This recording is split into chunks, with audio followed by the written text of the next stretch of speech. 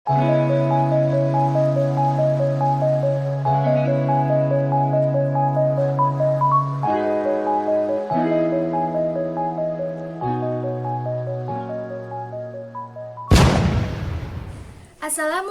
warahmatullahi wabarakatuh.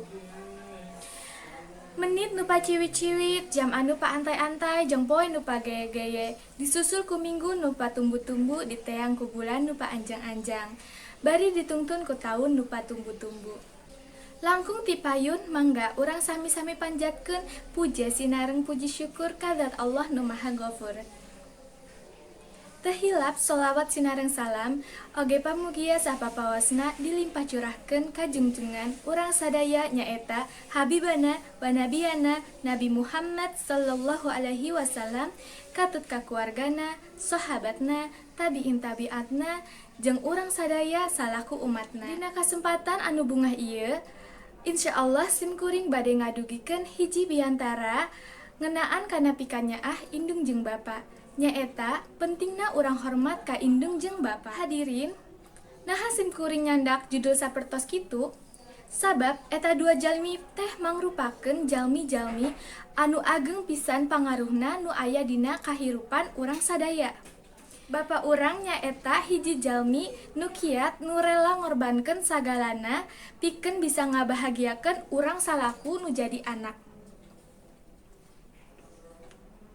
Malih anjeunna rela disaban dinten midamel ka dieu ka ditu supaya bisa ngahirupan anak jeung istrina. Kitu oge ka indung urang, nyaeta hiji jalmi anu mulia pisan nu jasana teu bisa kaitung.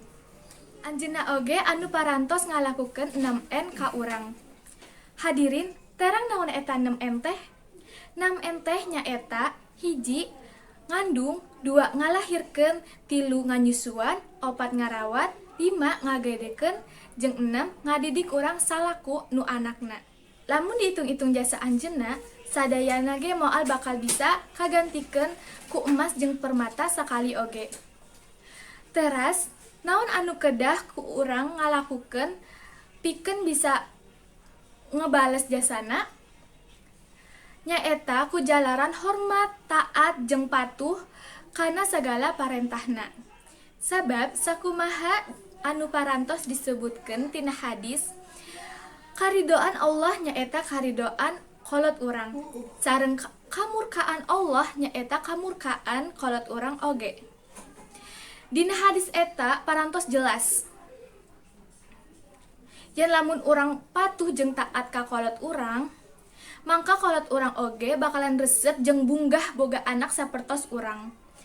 Jeung ngadoa supaya tiasa masuk ka surgana Allah. Amin ya rabbal alamin. Lamun cenah urang doraka ka kolot urang, mangka Allah oge bakalan leuwih murka jeung asupkeun urang ka narakana Allah. Naudzubillahi min zalik. Hadirin sadaya, hoyong lebet ka surga sadayana? Lamun hoyong, hayu urang hormat ka kolot urang. Mangga sami-sami ayeuna urang ngadua kanggo kaduan kolot urang.